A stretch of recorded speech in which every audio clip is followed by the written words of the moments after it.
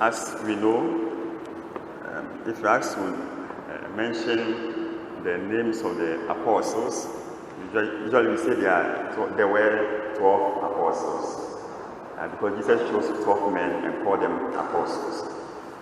But tradition has it that besides these 12, some other 2. And these have been numbered amongst the apostles because of their influence on Christianity, early Christian life. One of such 2 men who are exceptionally called apostles is the man we are celebrating today, Barnabas.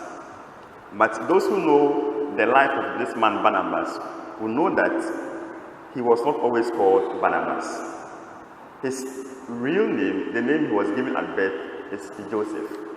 Read chapter 4 of this same as the apostles. They are told that he was a man called Joseph, had so much property, and came to donate to the church. And because he was encouraging, the disciples changed his name from Joseph to what? Barnabas. Because he was a son of encouragement.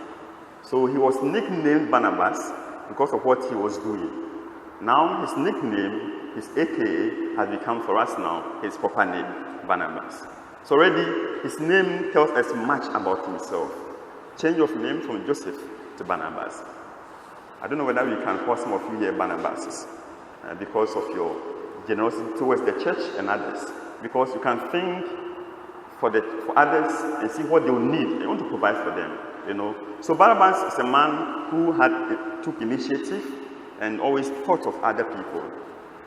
Now we are told that this same Barnabas, whose day we are marking today, when he got to Antioch, as was read to us in the first reading, he realized that the people were so good. He praised them. Just take a look at the reading. You know, he praised them, encouraged them, behaving like a typical Barnabas by his name. Then he realized that there was a need. He needed a helper. Then we are told that he went to fetch Saul, who we shall know as Paul, to come and join him. Some of us, if we go to places where we know that we are enjoying is relative, but we want to have a better word. We are having a better living somewhere. We want to enjoy it alone.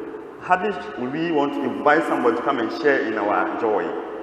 The place you are working, the position you are holding, you know, the things that you love them. You don't want to change. You don't want even someone to come and take over from you. That is not Barnabas. He goes to look for Paul and brings him there. So one thing you can learn from him is that, look, he had nothing to prove. He knew that his name is Barnabas. He's supposed to be a man of encouragement. Nothing to prove. He doesn't have to show that he's better than somebody. No, just behaving normally. That's why he could go and fetch Paul and bring him to the scene. Then also Barnabas had nothing to lose. In the sense that, you know, this man, he goes about, you know, doing good. He goes about showing love. Nothing to lose. And when Paul came to the scene, and Paul had actually become the man of the day, nothing to lose. He was never envious, no jealousy. He remained his Barnabas.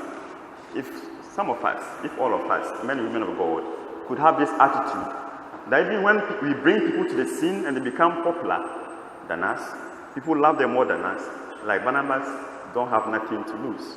Remain your Barnabas, being your Barnabas. Then the last one is that he had nothing to hide. When he heard that the people at Antioch were holy men and were doing so much well, he praised them. You know, he didn't hide his feelings. Some of us, sometimes when we hear people are doing well, you know, they are not happy. Not Barnabas. Once people are doing well, they have all the praises. He also praises them. And so the man we are celebrating today is a man like you and I, but a man who thought first of others before himself. Indeed, he was a Barnabas. Today he is called an apostle.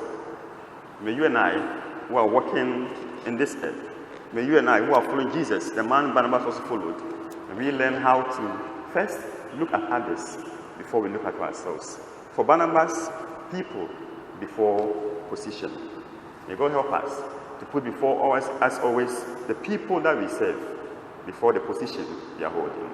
Amen.